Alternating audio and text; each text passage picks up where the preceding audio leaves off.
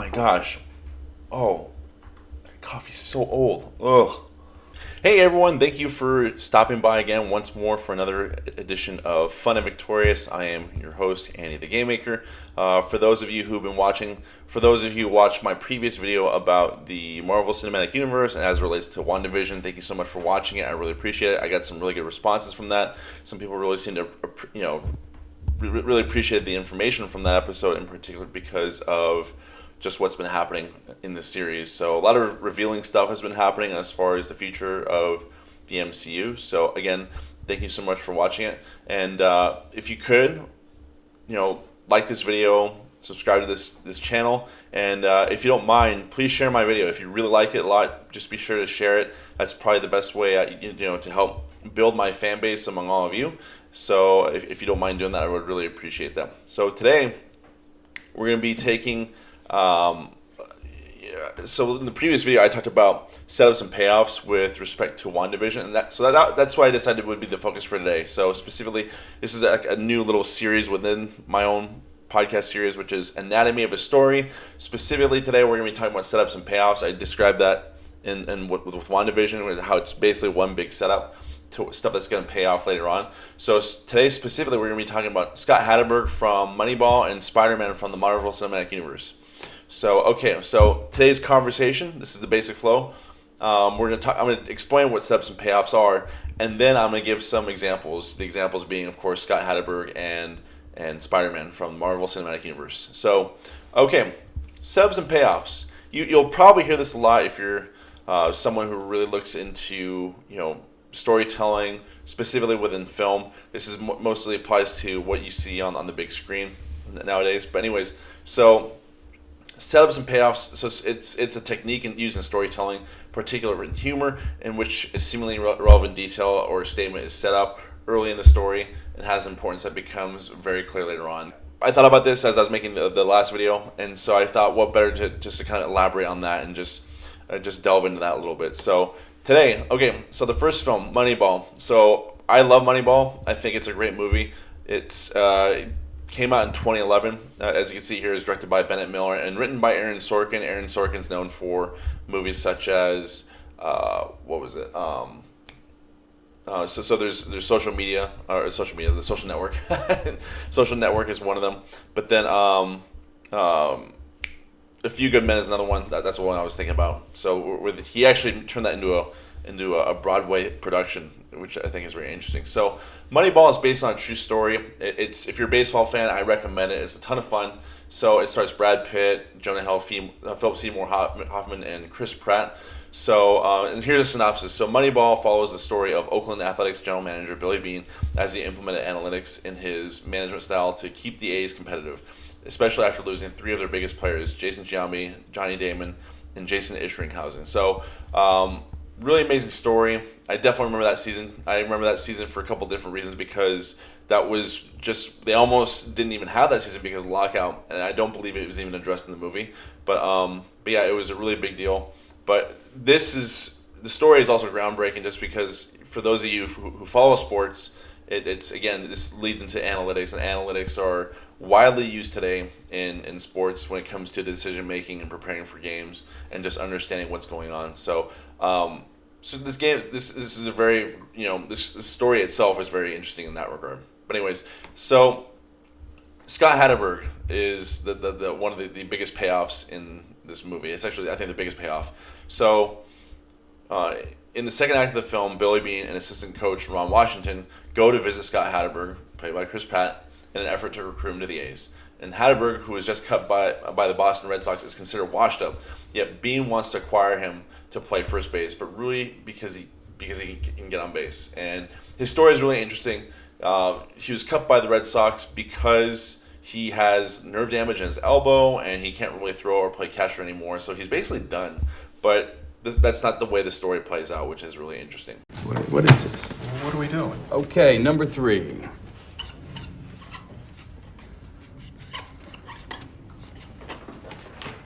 Scott Hatteberg. Who? Hatteberg. Exactly. Sounds like an Oakland A already. Yes, he's had a little problem with his elbow. Problem. He can't throw. He's got He's a career 260 hitter. The best part of his career is over.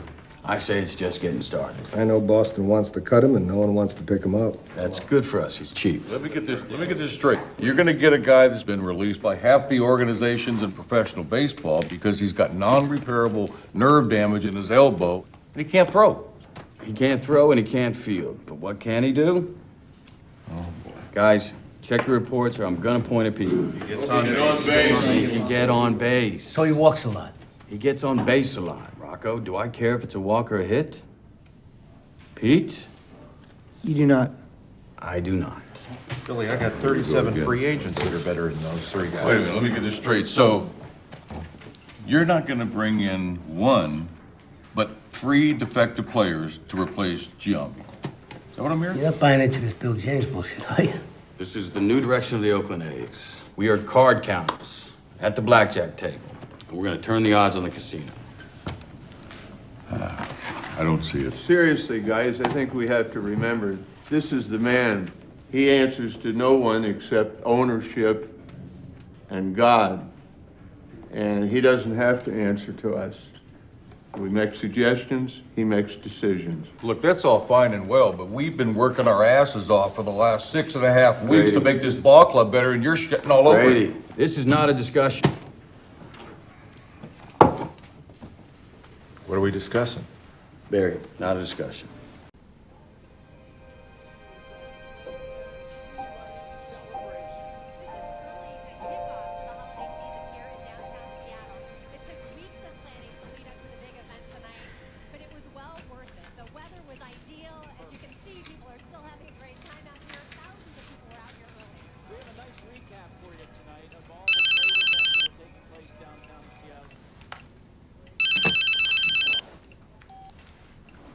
Hello? Scott, Yes. it's Billy Bean of the Oakland A's. Yes. Can we talk? Yeah. You want to let us in? Pardon me? We're out front, What? on the curb. Yeah. Honey?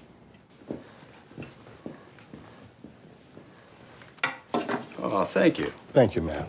Very kind. How's the elbow, Scott? You know, it's good. It's really good. It's great. I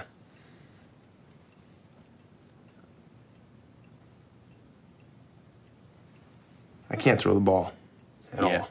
You thrown your last ball from behind home plate, is what I'd say. Huh. Good news is, we want you at first.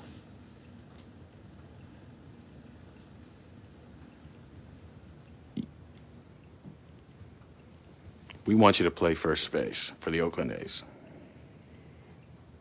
Okay, well, I've only ever played catcher. Scott, you're not a catcher anymore. If you were, our call wouldn't have been the only one you got when your contract expired.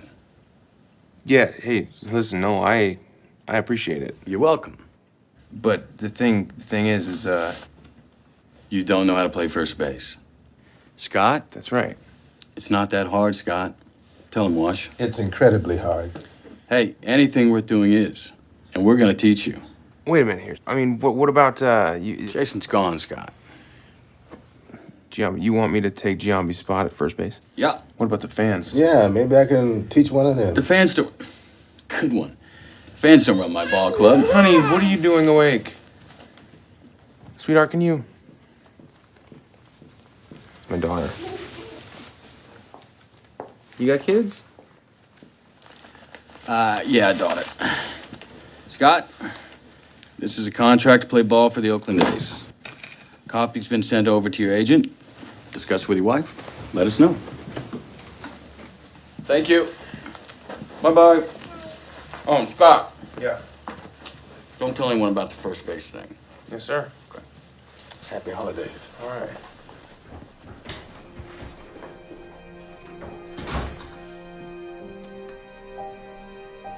That was a very fun scene.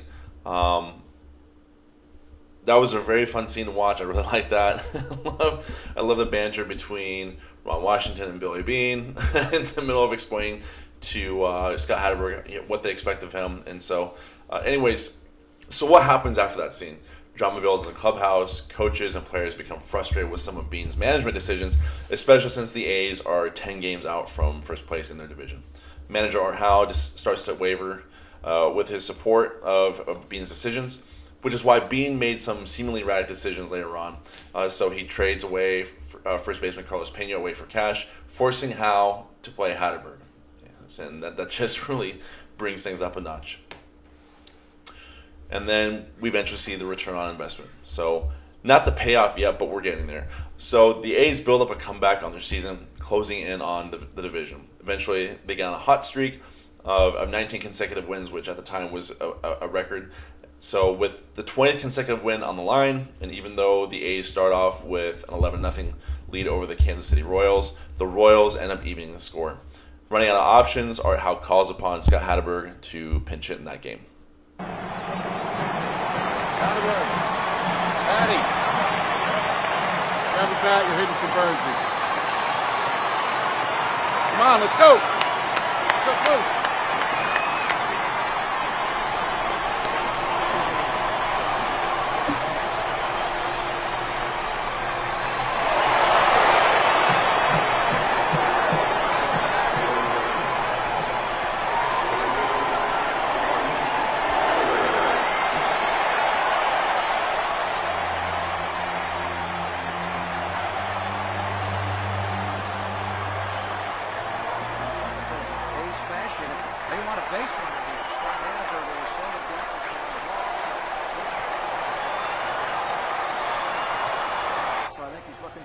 Hatteberg to get on base, maybe bring in a pinch runner for him.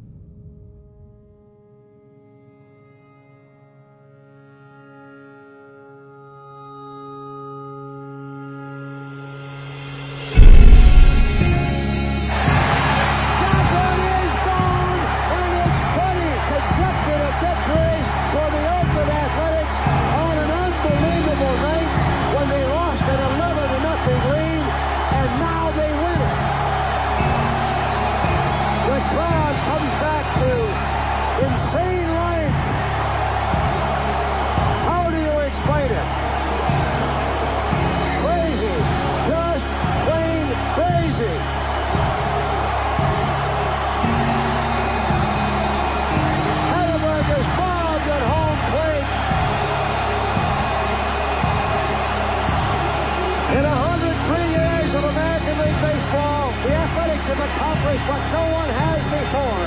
They have won 20 consecutive games. That scene always gives me goosebumps. It's just so great. It's the music, just the build-up is great, the tension is great. It actually reminds me a lot of Kirk Gibson's home run in the World Series back in 1988. But anyways, so that's the payoff, though. So with all the doubt hanging on Beane, Peter Brand, which is Jonah Hill's character, and Hatteberg, Beane's master plan comes through thanks to Hatteberg's walk-off home run, giving the Athletics their 20th consecutive victory, which is an MLB record. And at that point, Billy Beane left his mark, but it's short-lived because, well, eventually the A's go to the playoffs and lose. So maybe the movie should have just ended there. Go Dodgers. All right. So moving on to the next topic. Okay, so Marvel Cinematic Universe, the Infinity Saga. That's what they call all the films to date so far, going back from the first Iron Man movie and finishing up with Endgame. So today we're just going to focus on Spider-Man, which is... I'm gonna put some dirt in your eye. Don't walk us so.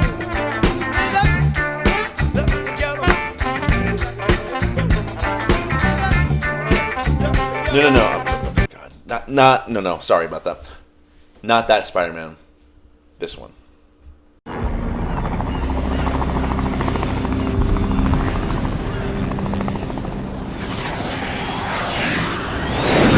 Previously on Peter Screws the Pooch, I tell you to stay away from this. Instead, you hacked a multi-million-dollar suit so you could sneak around behind my back doing the one thing I told you not to do. Is everyone okay? No thanks to you. No thanks to me? Those weapons were out there and I tried to tell you about it, but you didn't listen. None of this would have happened if you had just listened to me. If you even cared, you'd actually be here. I did listen, kid. Who do you think called the FBI, huh? Do you know that I was the only one who believed in you? Everyone else said I was crazy to recruit a 14-year-old kid. I'm 15. No, this is where you zip it, all right? The adult is talking. What if somebody had died tonight? Different story, right? Because that's on you. And if you died, I feel like that's on me. I don't need that on my conscience. Yes, sir. Yes. I'm sorry. Sorry doesn't I understand. I just wanted to be like you. And I wanted you to be better. Okay, it's not working out. I'm gonna need the suit back. For how long? Forever.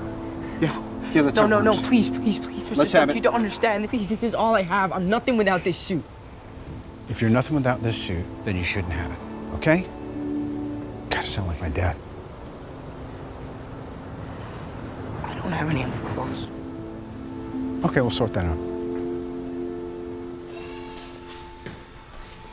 Okay, so we have, this scene here, right, with Robert Downey Jr., where he confronts Peter Parker after they save this ship out in the Hudson, and basically he says to him, if you're nothing without this suit, then you shouldn't have it. And Peter Parker, played by Tom Holland, as I mentioned, struggles with his newfound identity as a superhero. Not truly understanding the gravity of the role, he has to prove to Tony Stark that he is indeed not only worthy of the Spider suit, but also to fulfill his destiny as a superhero and possibly as an Avenger. So the setup is that I'm going to be explaining to you is actually just what happens, as a result of the ending of Spider-Man: Homecoming. So after proving himself as a reliable, trustworthy hero, Tony offers Peter a better suit and a spot with the Avengers after successfully defeating Adrian Toomes, otherwise known as Vulture, played by Michael Keaton. Grateful for the offer, Peter humbly rejects it, realizing he's not quite ready for that responsibility, which leads us into Avengers Infinity War. So, at the beginning of the film, Thanos dispatches his lieutenants Ebony Maw and Quill Obsidian to Earth to forcefully take the Time Stone away from Doctor Strange, which is one of the Infinity Stones. Even though Iron Man, Bruce Banner, Doctor Strange, Wong, and Spider-Man put up a fight, Ma still manages to abduct Doctor Strange with the Time Stone. And this is when we get this really sweet payoff moment in the film. Give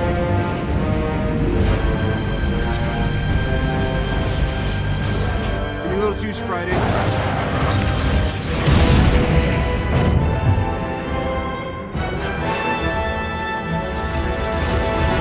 Unlock 17A.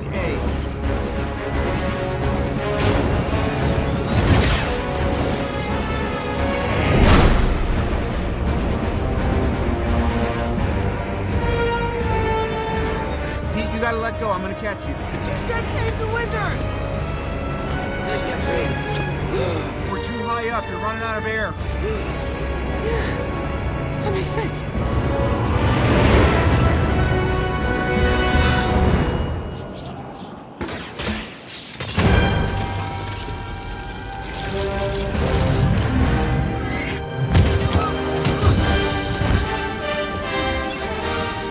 Mr. Stark, it smells like a new car in here. Happy trails, kid. Friday, send him home. Yep. Oh, come on! That was a really awesome scene. I recommend watching with the crowd reaction. It's way more fun. But anyways, so again, thank you for stopping by here today. I really appreciate it. So my recommendations here for today with respect to setups and payoffs are none other than Moneyball. Moneyball is a very great film. I really enjoyed it. It's a ton of fun, and I definitely think you'll enjoy it too. So again, thanks for stopping by. If you don't mind, If you want to support my work, please go to my website. Go to anygamemaker.com. You can buy my game Crypto Cartel. You can also buy coffee and other merchandise I have available. So again, thank you so much. And for today's treat, I actually have a bonus clip for you to watch. So it's actually the actual home run of Scott Hatteberg from the playoffs game. So again, thank you so much, and I look forward to seeing you next time.